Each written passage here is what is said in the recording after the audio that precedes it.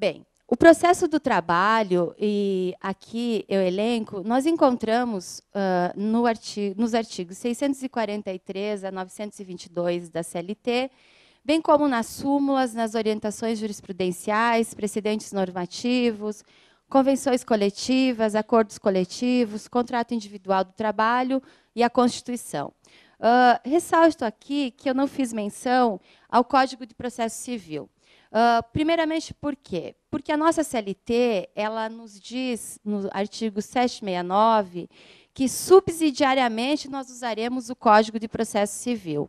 Então, numa eventualidade, né, subsidiariamente, se caso nós não encontrarmos nada na CLT, nos precedentes, OJ, súmulas, nós vamos para o Código de Processo Civil, como matéria subsidiária. Bem, primeiramente, eu quero dizer que o tema aqui é a prescrição intercorrente no processo de trabalho, nós temos que pensar em ação. Que ação? Então, nós já temos que pensar em um processo trabalhista. Eu elenquei aqui algumas das modalidades, uma vez iniciada a ação, e começo com o famoso acordo, né? E eu até brinco que as más línguas falam que na Justiça do Trabalho tudo é acordo, né? Aí, como foi rápida a audiência, o que fizeram lá? Um acordo? Fizeram um acordo, né? E por que essa importância do acordo, de ser um pouco explorado aqui? O acordo, ele vem, né, do direito processual do trabalho como um princípio, né, o princípio da o princípio da conciliação, desculpem. É uma obrigatoriedade que o magistrado tem ao iniciar a audiência, ele tem que propor às partes o acordo. Não obtendo êxito nesse primeiro momento do acordo, ouvindo a prova ou a colheita de provas, seja não somente a prova testemunhal, as demais provas, encerrada a instrução processual, ele tem que renovar a proposta de acordo. Então, não é o acordo na Justiça do Trabalho, porque é simples a Justiça do Trabalho, o processo do trabalho é simples. E não estou dizendo que o processo do trabalho seria um mérito maior que o processo civil. Não há aqui como fazer uma comparação, mas é uma justiça especializada. Então, o princípio da conciliação ele é obrigatório, né, por força dos artigos 846, 850 da CLT, sob pena de gerar até mesmo uma nulidade, ou seja, é nulo o ato. E no artigo 9º da CLT, e aqui, no meu ver, entre os demais artigos, eu acho que nossa CLT deveria começar pelo artigo 9º, porque é um artigo muito importante para a consolidação das leis do trabalho, que diz assim, que qualquer ato com o intuito de desvirtuar, fraudar, lesar os preceitos da presente consolidação são nulos. E o nulo, a nulidade, ela não gera nenhum efeito, né? Então, quer dizer, não vale nada. Então, voltando à questão aqui, a primeira modalidade de se resolver uma ação, eu teria o acordo, que seria essa conciliação, né? Como já elencado, ele pode ser feito, aqui eu dei 2 momentos processuais, né? Uma vez aberta a audiência, as partes já de comum acordo resolvem conciliar, não vai para frente, termina por aí, né? Também, ele não se esgotando aí, não se resolvendo por um acordo, haverá uma sentença, né? Em uma sentença, o juiz vai proferir o direito, ou seja, nem sempre as partes, e aqui é melhor dizer nunca, eu poderia dizer as partes saem satisfeitas, né? Nem mesmo num acordo as partes não saem satisfeitas, porque quem vai com uma pretensão de ganhar 100 mil reais, ganha 50 num acordo. Aquele que foi com a pretensão de não pagar nada, pagará 50 mil reais. Então, não dá para se dizer aí que houve uma satisfação plena do direito, porque não há, nem mesmo em um acordo. Proferida a sentença, gera também para as partes, né, para o lado do empregado, do trabalhador, eu diria assim, mais fácil o recorrer, né? Porque o recorrer, e nós temos que pensar que a nossa CLT, de uma certa forma, ela protege o hipossuficiente. Então, quando nós pensamos na balança do direito, um símbolo do direito, que as partes são iguais, aqui no direito do trabalho, no processo do trabalho, as partes, por sua natureza, elas já nascem desiguais. Então, a balança do direito ela não é equilibrada e ela nunca será, né? Porque aqui, vamos pegar como exemplo, o empregador, ele é a parte mais forte. Não é mais forte no sentido de fisicamente, né? Hierarquicamente, porque ele detém o poder econômico. E o empregado, o trabalhador, é o hipossuficiente. Face a isso, dá muita possibilidade para o trabalhador, o empregado, recorrer esse acesso ao duplo grau de jurisdição, ser isento de custas processuais e do chamado preparo. Já, por outro lado, o empregador ou o réu, ele é tido como economicamente mais forte, ele tem que pagar as custas processuais e recolher o preparo, que, dependendo do caso, no momento, às vezes, ele não dispõe daquele valor econômico. Então, eu até, às vezes, no estudo, eu criticava muito essa opinião, que seria uma privação do acesso ao duplo grau de jurisdição relacionado ao poder econômico do empregador. Há um tempo atrás, nós tivemos uma decisão do então que era ministro do Trabalho, hoje já corregedor, o doutor Ives Gandar Filho, que ele deu um parecer no sentido que o empregador doméstico ele poderia recorrer sem pagar as custas e o preparo. Isso gerou uma revolta muito grande no direito do trabalho, no direito processual, porque entendia que se abria um precedente processual, ou seja, o empregador agora, então, pode recorrer sem pagar. O mesmo benefício dado ao empregado, ao trabalhador, por ser considerado hipossuficiente, geraria para o empregador. Mas ficou por isso mesmo, quer dizer, isso não vale daqui para frente, ou seja, não temos essa decisão como unânime, né? Então, só para alguém aqui que talvez não tenha compreendido, o empregador, o réu, no processo do trabalho, se ele quiser recorrer, ele não é beneficiário da justiça gratuita. Ele tem que pagar para recorrer. Então, aí vamos para uma outra fase, que seria a fase dos recursos. E chegamos aí depois, em uma hora, esse processo ele terá que findar. Vem a parte da execução. Então, recorreu o tribunal, e aqui até a pesquisa recente que eu fiz aqui pelo Tribunal da Segunda Região, 80% dos nossos processos aqui da jurisdição da Segunda Região, eles se esgotam no segundo grau de jurisdição. Né? Fica engraçado falar segunda região, esgota-se no segundo grau de jurisdição, ou seja, no Tribunal do Trabalho. Por quê? Primeiramente, se discute, a maioria dos casos, matérias de fato, né? Que não enseja que a decisão vá até Brasília, porque o TST, para nós, é tido como, aprendemos lá para o processo civil, como guardião da Constituição, e vai discutir matéria referente a direito constitucional, violado, TST, outras questões.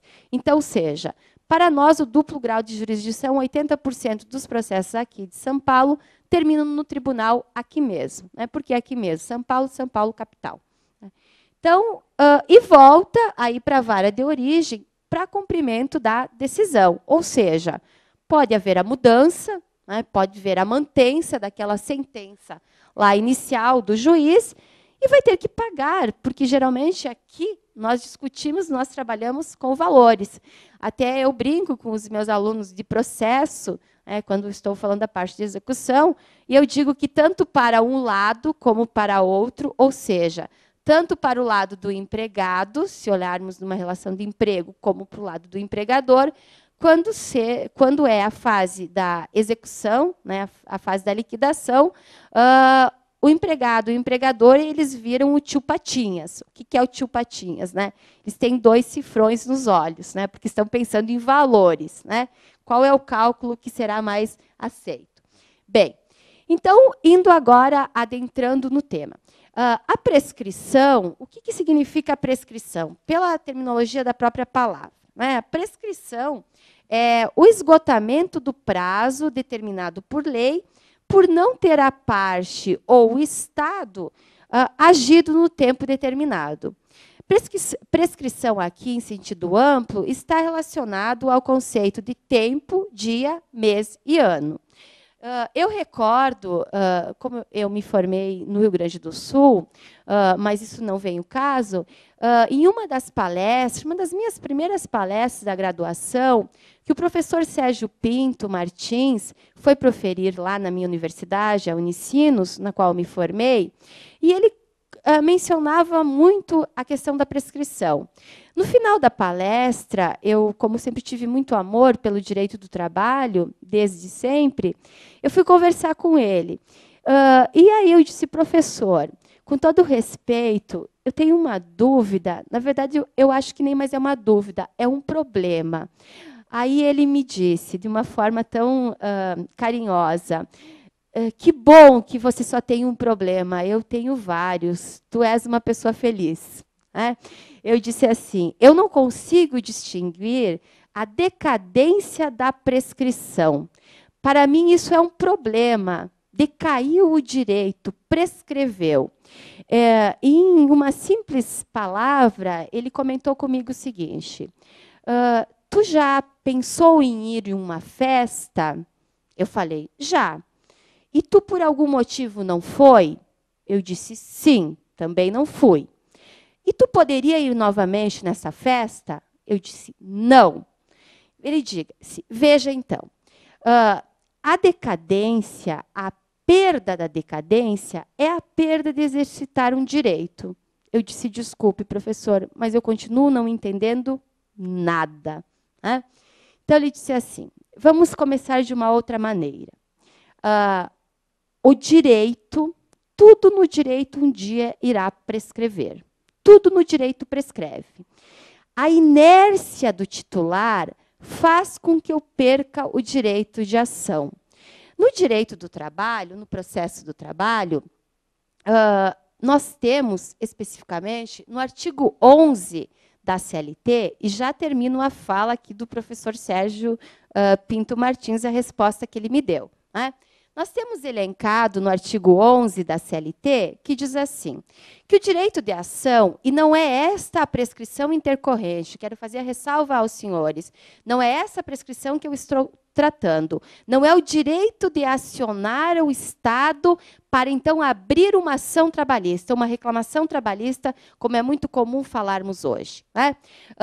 É um prazo muito curto, no meu ver. Eu tenho 2 anos. Então, o meu direito, uma vez ocorrido a ruptura do contrato de trabalho, eu tenho até 2 anos para reclamar.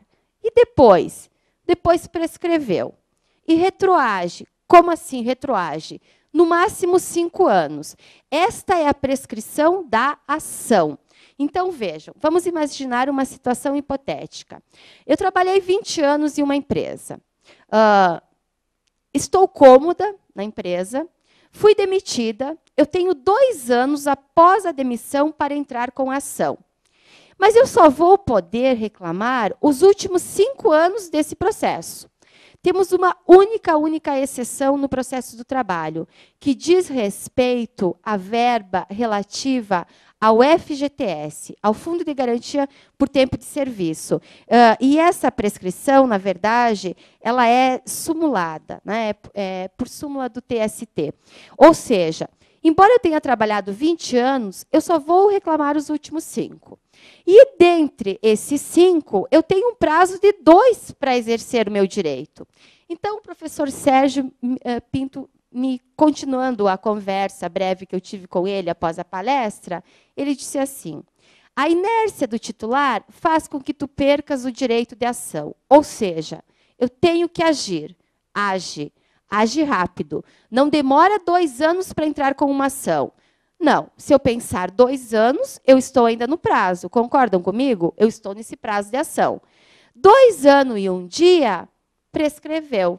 Prescreveu a minha ação. Mas e a prescrição do FGTS, que é trintenária? Trintenária, eu teria esses 20 anos que eu trabalhei para reclamar a verba do FGTS. Mas continua o direito de ação sendo os 2 anos para eu exercitar.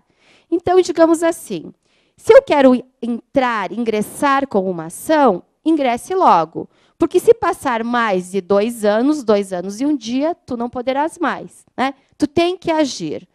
Em suma, ele disse, não dorme, fique sempre acordada e faça logo, porque senão vai perder o direito de ação. E aí lá fora, e aqui eu faço uma pequena comparação com a nossa teoria pura do direito, né, do Hans Kelsen, que ele compara 2 mundos, o mundo do ser e o mundo do dever ser. O mundo do ser é o mundo dos fatos. O que é esse mundo dos fatos? No mundo dos fatos, acontecem muitas coisas. Nem todas essas coisas, chamadas de fatos, interessam para o direito, não é verdade? Agora, o mundo do dever ser. Este mundo do dever ser, ele tem uma força. Porque, na verdade, ele diz assim, deve ser assim. Por que deve ser assim? Porque é o Estado, aqui no sentido de poder da lei, detentor da lei, eu quero que seja assim. E no processo do trabalho, por que eu quero que seja assim? Porque há uma prescrição que fala do direito de ação de 2 anos. E passou 2 anos, prescreveu. Aí nós encontraríamos, vamos dar um exemplo, né? Peguei o exemplo, até posso continuar no exemplo do FGTS. Né? Eu encontro o meu ex-empregador, que eu fiquei dormindo, não ajuizei a ação, passaram-se os 2 anos, prescreveu, pela lei ele não me deve mais nada, e eu encontro e digo, olha, lembra o FGTS que tu não recolheu para mim? E diz, lembro, o teu FGTS, eu realmente não recolhi. Pois bem, eu devo, não nego, pago quando puder. Já ouviram essa famosa expressão? Algum dia na vida, se não ouviram, ouvirão. Né? Por que essa expressão? Porque para o direito do trabalho, para o processo do trabalho, não deve mais nada. Essa prescrição da ação resumida em 2 anos. Né? Não deve, prescreveu. Então, agir, né? Agir nesse prazo. Vejam, então aqui, vamos adentrar agora especificamente no tema da prescrição intercorrente no processo do trabalho. No que diz respeito a essa prescrição, é uma modalidade que ocorre no interior do processo, então, dentro do processo. Aqui, como eu exemplifiquei no início, eu já tenho uma ação. Né? Eu já tenho uma ação, e aqui eu tenho que partir do pressuposto que eu já estou na fase aí executória, na fase de um acordo não cumprido, na liquidação dos cálculos, já impugnados, não impugnados por uma parte, enfim. Porque se eu não pensar em ação, se eu não pensar em um valor, se eu não pensar em uma liquidação, eu não tenho como pensar numa prescrição intercorrente. Esse benefício, ele não é aplicado no tempo que diz respeito a... Então, o direito do trabalho quer dizer que eu posso me valer de uma prescrição intercorrente para interpor um recurso face à informalidade do processo do trabalho. Não é nesse sentido, não é de forma alguma, porque tudo nós temos um prazo. Né? Vamos pegar exemplo, embargos de declaração, 5 dias. Passaram 5 dias, prescreveu. Não posso mais impetrar os embargos de declaração. Recurso ordinário, 8 dias. Terminaram os 8 dias. Não posso mais interpor o recurso ordinário. Não é em relação a recurso, não é em relação a essa fase processual que vai ser benéfica a essa prescrição intercorrente. Né? Que ela pode ser de quem? Ela pode ser, essa prescrição intercorrente ocorrer do autor, do réu ou de ambas as partes, no interior de um processo. Então, como já expliquei aqui, não é aquela prescrição que vem no artigo 11 da CLT. O nosso Tribunal Superior do Trabalho, ele editou a súmula 114, dizendo assim, é inaplicável na Justiça do Trabalho a prescrição intercorrente, ou seja, não pode haver prescrição intercorrente no processo do trabalho. Pois bem, mas vamos antes, né, dar um conceito mais especificamente aqui. Vamos falar um pouquinho aqui do TST. Chega no momento, então, se nós olharmos de uma forma assim ampla a essa súmula 114 do TST, vai dizer assim, não existe prescrição. Então, quer dizer, um processo do trabalho, ele nunca terá um fim. Não, não é assim. Porque todo processo, independente de ser um processo do trabalho, um processo civil, até mesmo um processo penal, estava conversando com o doutor aqui, Vladimir, que é advogado na área de direito penal, ele terá um fim. Ele tem que ter um fim. Ele pode demorar, pode ser moroso, né? Às vezes nós atribuímos isso à morosidade da justiça, mas não é só a morosidade da justiça, aí é um complexo, né? Que vai também, às vezes, das partes, vai dos advogados, enfim, vai do processo no sentido geral, quem compõe o processo. Ele tem que ter um fim. Então, o que vem dizer, né, essa prescrição intercorrente? O TST sumulou dizendo que não existe no processo do trabalho. É importante ressaltar aqui que no processo do trabalho, por uma determinação legal dos artigos 765, aqui eu só citei alguns, né, e o 878 da CLT, cabe ao magistrado dar um impulso oficial de modo a promover o andamento do processo. Esta é a corrente majoritária, visto que até ela é matéria simulada pelo TST, que nós acabamos de ver. Eu peço licença para ler brevemente aqui o artigo 765, que ele nos diz assim, ó, os juízos e tribunais do trabalho, eles terão ampla liberdade na direção do processo e velarão pelo andamento rápido das causas, podendo determinar qualquer diligência necessária ao esclarecimento delas.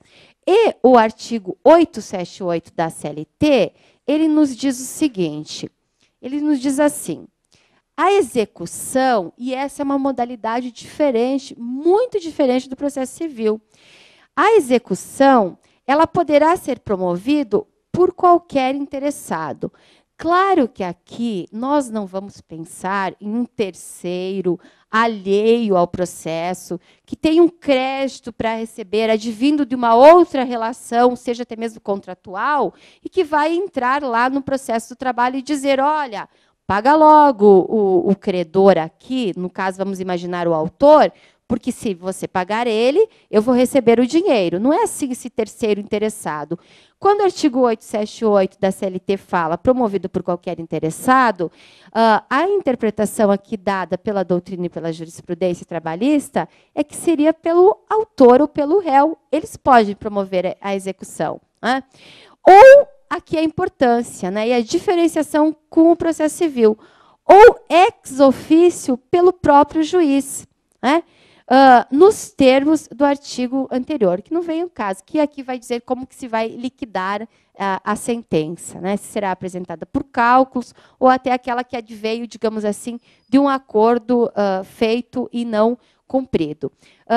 Eu costumo dizer que essa parte, quando chega a parte da execução, no processo do trabalho, para nós, no processo do trabalho, é uma parte muito boa, né? É uma parte muito gostosa. Primeiramente, que nós vamos receber nossos honorários, né? Segundo, que 99,9% dos magistrados, eles fazem ex officio essa execução. Eles promovem já de ofício, né? Diferente que lá no processo civil, nós temos que provocar. A execução ela tem que ser provocada, porque senão há a impressão que talvez o interessado não tenha o interesse em agir, em dar continuidade nessa lide, nesse processo. Vejam, então, assim, agora, como nem tudo é as mil maravilhas no direito, nós temos que ter algo para complicar, né? E isso eu acho que é o amor aí, a advocacia que faz cada vez nós termos mais. O STF, ele edita uma súmula em sentido contrário, né? Dizendo assim, prescrição intercorrente. O direito do trabalho admite a prescrição intercorrente. Nossa. Então, nós pensamos, primeiramente, né, o STF, como guardião da Constituição, o STF, se pensássemos, mas hierarquicamente, o STF estaria acima do TST? O TST tem uma súmula dizendo que é inaplicável a prescrição intercorrente no curso do processo de trabalho. O STF diz que não, é aplicável a prescrição intercorrente no processo do trabalho. O que nós temos aqui? nós temos, e eu tenho que voltar novamente, né, falar da nossa teoria geral do direito. Né? Nós temos uma antinomia aqui, uma antinomia aparente, de grau o quê? Nós temos, não falaria aqui de leis, né, falaria aqui de súmulas hierarquicamente, em sentidos hierarquicamente iguais, uma em sentido completamente contrário à outra. Uma súmula do TST e uma súmula do STF. Uma diz que cabe, a outra diz que não cabe. Né? Bem, aí a doutrina entra aqui, né, na busca de compreender esses dois entendimentos. Parte da doutrina, a qual eu aceito, né, prevalece e defende como regra geral que não será cabível a prescrição intercorrente. Agora, todavia, nós temos que pensar a seguinte hipótese. Tratando-se de um ato cuja manifestação da parte é imprescindível e restando esta inerte, é possível uma declaração de prescrição.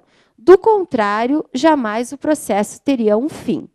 Bem, aqui para nós entendermos melhor essa questão, eu vou trabalhar com os senhores um caso hipotético. Então, vamos imaginar a seguinte hipótese. Houve uma ação trabalhista, eu não tenho como pensar em prescrição intercorrente se eu não pensar em ação. Eu não tenho como pensar nisso. Né? No processo do trabalho, até no ano de 2010, se não me engano, ou 2011, o início, o primeiro semestre, foi uma campanha feita do Conselho Nacional de Justiça, junto com o Ministério Público do Trabalho, e alguns dos senhores se transitaram pelas varas do trabalho. Hoje eu já posso dizer que não é mais centralizada somente no prédio lá da Marquês de São Vicente, porque nós temos mais 14 novas varas do trabalho implantadas aqui em São Paulo, na Zona Leste. Então, nós temos 104 varas do trabalho em São Paulo, sendo que essas 14 da Zona Leste são todas já o peticionamento eletrônico, né? Todo o PJE. E temos 90 varas na Marquês de São Vicente. Então, em todas essas varas, estava afixado um cartaz dizendo assim: diga não à arbitragem. Né? A arbitragem, ela é aceita no direito comum? Ela é aceita. No direito do trabalho, no direito material, em algumas hipóteses. Que algumas hipóteses? Na verdade, em uma única hipótese. Para resolver conflito coletivo. O que é o conflito coletivo? Frustrada a negociação, o acordo coletivo, as partes podem eleger árbitros para tentar resolver o litígio.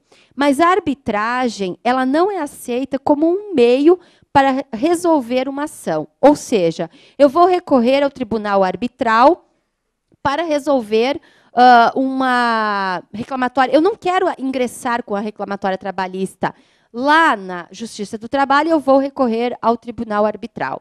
É proibida essa arbitragem, até ressalvo que foi uma campanha grande a nível nacional, feita por Conselho Nacional de Justiça, juntamente com o Ministério Público do Trabalho. Agora, se muitos dos senhores pensarem, e não estão pensando, e não estão dizendo errado, eu já vi arbitragem, eu conheço laudos arbitrais da Justiça do Trabalho e que vigoram, mas eles não têm eficácia, eles podem ser derrubados na Justiça do Trabalho, porque a arbitragem não é aceita. Como meio extrajudicial para resolver um conflito. Então, se eu não tenho como resolver de forma amigável, essa forma amigável não nos interessa. Né? Nós não estamos falando aqui o que não nos interessa. Digamos, nem todo mundo vai procurar a Justiça do Trabalho. Nem todo mundo tem o direito trabalhista violado. Então, aqui, eu posso recorrer ao quê? Na Justiça do Trabalho, no processo do trabalho, melhor dizer. A CCP, né, as comissões de conciliação prévia, que paralelas nasceram. Fica até engraçado falar aqui, a maioria aqui jovens, né, quando foi extinto, lá em 99, as juntas de conciliação e julgamento. Né? Então, o que eram as juntas de conciliação e julgamento? Nós tínhamos um juiz do trabalho, um representante, que eram os chamados juízes classistas, né? Um que representava o sindicato dos empregadores, o outro que representava o sindicato dos empregados. E assim nós chamávamos as juntas de conciliação e julgamento. A Justiça do Trabalho era tripartite, composta por quem? Pelo juiz, sempre o juiz togado de direito do trabalho, né? E mais os juízes classistas. Em 99, eles foram extintos, a Emenda Constitucional 24. Paralelo a isso, em 2012, foi criadas as comissões de conciliação prévia, que diz assim, que as partes poderão resolver os conflitos mediante as comissões de conciliação prévia, né? Que são os representantes dos empregados e empregadores que formam isso. Mas vejam, o próprio artigo 625-A da CLT, ele diz assim que poderão, né? Não é obrigado eu passar, eu não sou obrigada a passar pela comissão de conciliação prévia.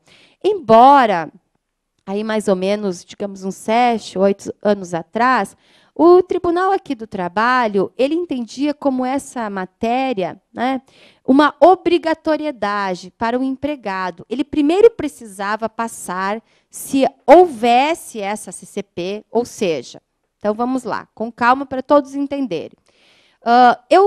Vamos pegar um exemplo assim, eu trabalho no comércio, eu era uma comerciária, eu fui demitida. Eu pertenço ao sindicato dos comerciários. Independente de eu ser sindicalizada ou não, eu pertenço ao sindicato dos comerciários. Esse sindicato ele tem formado, a nível dentre os empregados e empregadores, a CCP. Então, antes, né, como eu estou fazendo a ressalva, há uns 8 anos, mais ou menos atrás, eu precisava passar nessa comissão de conciliação prévia e tentar negociar lá. Negociar o quê? Tentar ver se eu conseguia fazer um acordo. Se eu fizesse o acordo lá na CCP, eu não precisaria acionar a Justiça do Trabalho. Vejam, tem um lado bom nisso. Qual seria o lado bom? Um desafogamento dos processos trabalhistas, que às vezes eram pequenos valores ou tudo mais.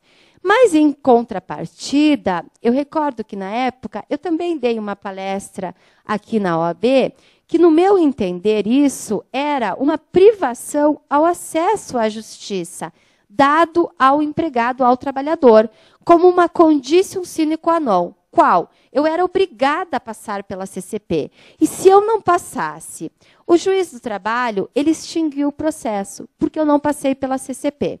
Vejam, isso gerou até grande movimentação dos advogados trabalhistas aqui de São Paulo, e o TRT aqui da 2ª região, ele editou a sua súmula própria, que é a sua súmula 2, dizendo que não, é uma condição da ação, que o autor pode ou não, ou seja, uma faculdade. Se ele quer recorrer à comissão de conciliação prévia, ele pode. Se ele não quer ir à comissão de conciliação prévia, ele não vai e ele ingressa diretamente com a ação. Justo? No meu ponto de vista, sim. Não há uma privação do acesso à justiça, porque isso seria um encargo trazido somente para o empregado. Por que para o empregado? E o empregador? Se ele não fosse no dia, a hora marcado lá na CCP, o que aconteceria? Nada. Não aconteceria nada. Simplesmente que ele não queria conciliar. Lá nós não estamos nem falando em processo. Simplesmente o meio de conciliar. Mas vejam, elas existem até hoje? Existem. Então vejam, voltando no meu exemplo. Eu sou uma comerciária, eu resolvo passar pela CCP criada, que existe, no Sindicato dos Empregados do Comércio, com o Sindicato dos Comerciários. E eu faço um acordo lá, concilio, na CCP. Concilio. Vamos dizer que esse acordo seja parcelado, seja em uma única vez, ele não é pago no ato, ele será pago com uma data a posteriori. Chega no dia desse pagamento, eu não recebo. Não recebi. Certamente, eu vou procurar o meu advogado certamente já está a par disso, que não foi feito o pagamento, e ele vai querer cobrar, ele quer executar. Então, essa é uma modalidade, eu gosto sempre de ressaltar isso, porque o processo do trabalho, ele também tem essa peculiaridade que ele pode iniciar um processo do trabalho, ele já pode iniciar um processo de execução. Como? Através de um acordo não cumprido na CCP, que seria esse acordo extrajudicial. Então, vamos imaginar. Não cumpriu o acordo, seja pelo meio extrajudicial ou até mesmo pelo meio judicial. Fez um acordo perante o juiz do trabalho, né? Este acordo não foi cumprido. Vamos imaginar que foi parcelado. Dia para ser pago esse acordo, não foi pago. Aí ficou consignado na ata, nesse outro exemplo do acordo judicial, que 10 dias não reivindicado pelo autor, o processo será arquivado. Então, vejam bem, o que nós teríamos aqui? O juiz do trabalho, ele simplesmente dá um prazo. É esse o teor que eu quero chegar com os senhores nessa tarde para entender esta prescrição dentro do processo do trabalho. O juiz do trabalho, ele determina. No silêncio, geralmente é assim que ele determina, ao arquivo. Então, o que seria esse silêncio? Se não for provocado, né? E aí vejam que nós acabamos de ver que a execução ela pode ser provocada por qualquer das partes ou ex officio pelo juiz. Então, o que nós temos aqui? Nós temos uma pretensão que, a primeiro grau, entende-se o quê? Para o juiz, que não houve uma provocação em 10 dias, ele pode presumir que o acordo foi cumprido, correto? Só que nesses 10 dias, vamos imaginar, marcado o dia para o pagamento, não foi satisfeito o crédito. E se passou mais que 10 dias, podemos imaginar N possibilidades aí. Que N possibilidades? Às vezes até o advogado entra em contato com a outra parte diz, não, olha, doutor, eu estou fazendo o pagamento amanhã, e passa-se amanhã, passa-se depois, e passou-se os 10 dias e o processo foi o arquivo. O processo foi arquivado. Se nós pegássemos o entendimento do STF, diria assim, é cabível essa prescrição intercorrente no processo do trabalho, e esse acordo que ele não foi satisfeito, uma hora que ele foi arquivado, no momento que ele foi arquivado, esse processo, acabou a pretensão do autor. Vejam bem, aqui fica muito delicado. Acabou a pretensão do autor, mas nós não tivemos o principal do processo, que é o verdadeiro exercício da justiça. Não é verdade? Porque uma coisa é a lei, outra coisa é a justiça. Se nós temos um prazo exíguo, aí eu acho muito curto, esses 2 anos para uma ação, né, se esgota em 2 anos o direito de ação, mais exíguo ainda seria o prazo, vamos supor, esse exemplo que eu estou trazendo para nós seguirmos nesse raciocínio, dos 10 dias para arquivar um processo e acabou. Olha assim, como? Então, você, reclamante, não reclamou em 10 dias que esse processo foi o arquivo, você não teve o seu crédito recebido, jamais você poderia reclamar, né? Jamais poderia desarquivar esse processo e dar continuidade. E é esse o entendimento dado pelo TST nesse sentido dessa prescrição, ou seja, dentro do processo, vejam, independente dele ser arquivado ou não. E a ressalva que a doutrina vem trazer é aqui justamente para satisfazer um crédito. Não vem dar o benefício, e até, no meu ver, aqui no meu pensar, seria até dado às partes, se caso viesse postular esta prescrição intercorrente para se beneficiar de um outro, de uma outra perda de prazo, uma questão de má-fé. De que forma? O advogado, as partes sabem que tem 8 dias para interpor um recurso ordinário e não interpuseram, e aí vem com a súmula do TST dizendo, não, mas não tem prescrição intercorrente. Quer dizer, aqui é a casa que se faz de tudo, eu posso fazer o que eu quiser porque não tem prazo. Não, não é nesse sentido. Não é em matéria recursal. Não, vamos esquecer essa matéria recursal. Aqui é em sentido amplo, entendido por força de matéria sumulada pelo próprio TST e pela força mesmo dada pela doutrina, né?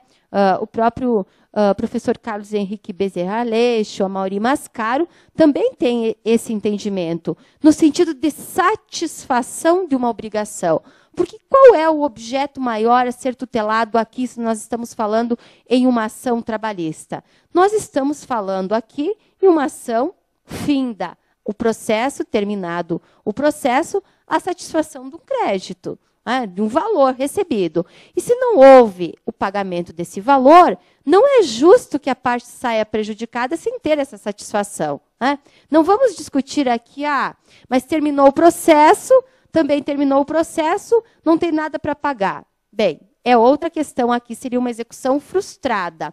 Mas aqui o que nós estamos debatendo é a prescrição intercorrente no interior do processo. Então, aqui, voltando, né, em relação a essa antinomia criada pelo STF e pelo TST, no sentido que o STF diz que admite a prescrição intercorrente, que essa deve prevalecer, o TST diz não, ela não deve ser cabível. Por quê? Porque nós temos que voltar e pensar na questão do quê?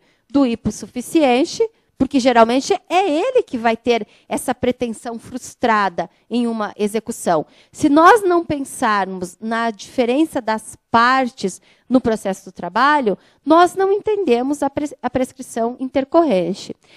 Esse tema não é uma matéria fácil, né? É discutível. Claro que se, digamos assim, eu olhar com os olhos do empregador, eu vou dizer, olha, mas passaram-se. E aí que vem a questão da doutrina trabalhista dizer, a inércia. Quanto tempo seria esta inércia de provocar, que pode ser provocada pelas partes, né?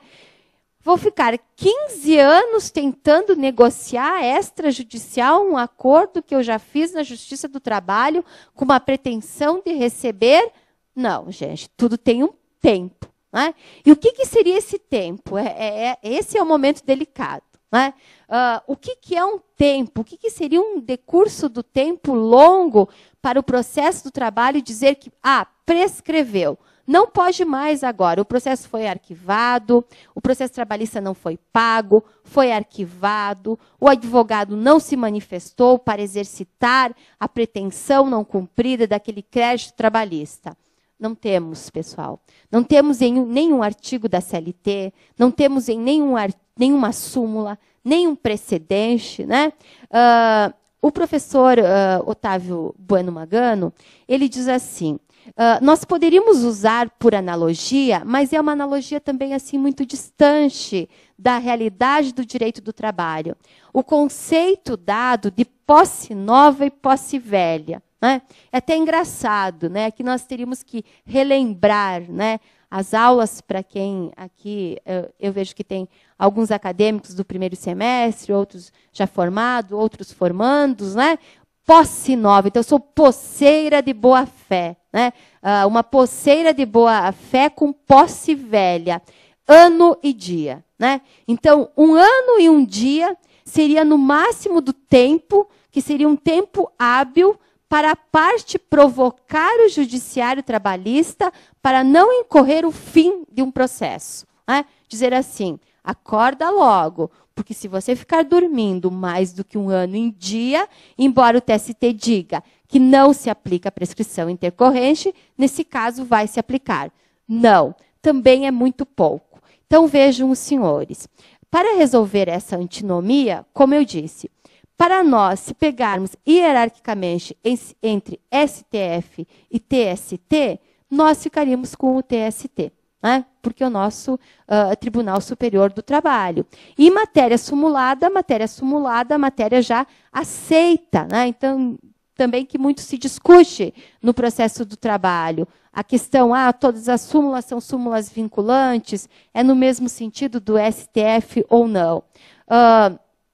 não dá para se dizer que as súmulas são todas súmulas vinculantes, mas também não dá para se dizer que as súmulas do TST não são súmulas vinculantes, porque no momento que chega ao TST um processo, ela não vai, se for matéria questionada uma súmula que contradiz uma súmula do próprio TST, ela será modificada. Então, se nós pensarmos nesse sentido, nós vamos pela ótica do que as súmulas são o quê? São, de uma certa forma, as súmulas são vinculantes. Como já mencionado, eu adoto a posição, eu aceito a posição do TST, que não corre prescrição intercorrente no processo do trabalho, mas sempre relembrando aqui, no interior do processo do trabalho, e deixando bem claro que essa prescrição seria no sentido de uma violação de um direito já assegurado, já garantido para a parte, né? Seja através de um acordo extrajudicial e voltando aqui, né? O que é legal, né? Eu costumo dizer, conciliar é legal, né? Conciliar é nossa praia, né? Por que é nossa praia? Porque nós temos o princípio da conciliação, nós não podemos, como eu mencionei no início, esquecer do princípio da conciliação, né? Alguns colegas meus, eles brincam até quando eu vou para a sala de aula de processo do trabalho e eles dizem assim, o que você vai ensinar para eles hoje à noite, Ângela? Acordo? Né? Porque é só acordo lá no processo do trabalho. Né? Nesse sentido, não é o acordo, né? Como eu disse, é obrigatório. O juiz ele não precisa nem olhar para a nossa cara, ele não precisa nem dizer bom dia, boa tarde, mas ele tem que falar do acordo. Ele tem 2 momentos processuais assegurados pela lei trabalhista que ele tem que falar da possibilidade do acordo, sobre pena de nulidade. Então, não é que o processo do trabalho vai se resumir num acordo. Não é? Agora, vejam, já quase para finalizar aqui a minha exposição, depois eu deixo para perguntas, se caso tiverem interesse. Vejam, eu penso em prescrição intercorrente dentro do processo, mas eu também não posso me beneficiar aí, como eu disse, no meu ver, é uma má-fé. Então, dizer que a prescrição intercorrente ela não ocorre no processo do trabalho, todavia ela não ocorre no processo do trabalho em qualquer tempo, em qualquer momento, eu posso arguir esta súmula em benefício e em proveito próprio, é má-fé. Porque aqui é simplesmente essa prescrição intercorrente, entendida aqui de um sentido majoritário, até mesmo aceita pela doutrina, é no sentido de uma frustração, de um acordo não cumprido, um exemplo que eu dei, formado perante a CCP ou formado pelo próprio juízo. Porque não há outra maneira de conciliar legal no sentido de dizer correto, dentro da lei processual trabalhista, se não seja através da CCP ou da própria Justiça do Trabalho. Né? Tudo que for feito de outra forma é ilegal para o processo do trabalho. Agora, vejam, até que ponto que é esse legal? O que é o proibido, o que é o ilícito? Se este proibido, esse ilícito, ele não for suscitado depois na Justiça do Trabalho, como um exemplo, uma arbitragem, foi feito lá um laudo arbitral, ele foi cumprido, não foi cumprido como deveria ser, talvez a parte ganharia mais, ou outra parte pagaria menos. Mas ele não chegou até o conhecimento do processo do trabalho, e se passou o decurso de 2 anos lá da pretensão da ação, não há mais o que fazer.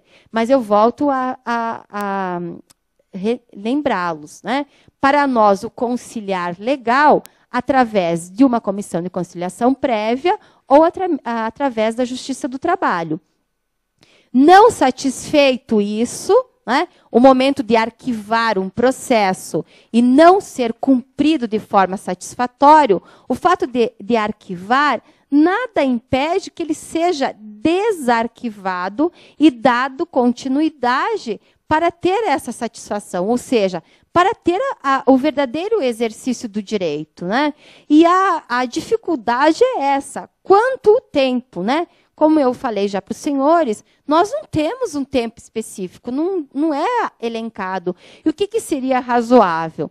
Então, razoável, se perguntassem para mim, o que seria o razoável para de fato acontecer uma prescrição intercorrente no processo do trabalho, mesmo que um processo teria sido arquivado. No meu ponto de vista, do meu somente ponto de vista, eu poderia dizer 2 anos. 2 anos eu acho que é um tempo muito que razoável para a parte se dar conta que não teve satisfação do crédito e provocar. Mas não tem, como eu disse para vocês, não tem na doutrina, não tem na legislação nenhum tempo. No meu ponto de vista, seria um ponto razoável. Porque uma corrente minoritária da doutrina processual trabalhista vai dizer: não existe, de fato, não existe a prescrição intercorrente no processo do trabalho. Mas chegará um ponto que ela vai existir. Por que ela vai existir? Porque o processo deverá ter um fim. Não é verdade? O processo ele tem que ter um fim. Se ele não tiver um fim, nós não teremos o esgotamento da jurisdição. Então, um fim ele terá. Né? Então, esse sentido é digamos, uma questão que eu deixo aí para pensarem. Né? Porque, tanto na legislação quanto na doutrina, nós não temos esse tempo especificamente dito. É um tempo razoável. Né? Do meu ponto de vista, eu acho que 2 anos é mais do que razoável. Né? Para quem está a receber, né, doutor, eu acho que nem 2 anos, que dirá um mês, um dia, ele já vai provocar. Na verdade, ele já vai provocar o advogado. Né? Ele vai dizer: o meu crédito trabalhista foi pago, não foi pago, né? A verba foi recebida, não foi depositado, não foi o valor. Né? É um prazo muito extenso, esses 2 anos. Eu gostaria de elencar aqui para os senhores, e que eu acho que se adequa à questão aqui desta prescrição intercorrente, o 4º mandamento do advogado. Né? Nada mais do que estarmos dentro da ordem dos advogados, né? Dizer luta. Né? Se um dia encontrares o direito em conflito com a justiça, luta pela justiça, pois nem sempre o direito é sinônimo de justiça.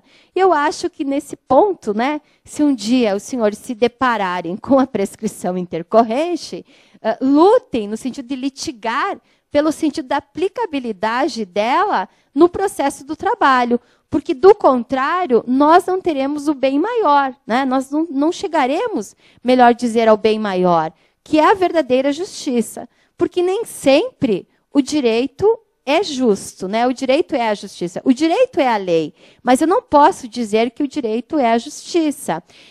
E, no meu ver, a justiça ela estará sempre acima do direito. E, para isso, nós teremos ferramentas aí inúmeras para postular por isso, né? Seja no âmbito do processo do trabalho, seja no âmbito do direito material, né, do trabalho, em todas as esferas, até mesmo garantido constitucionalmente. Né?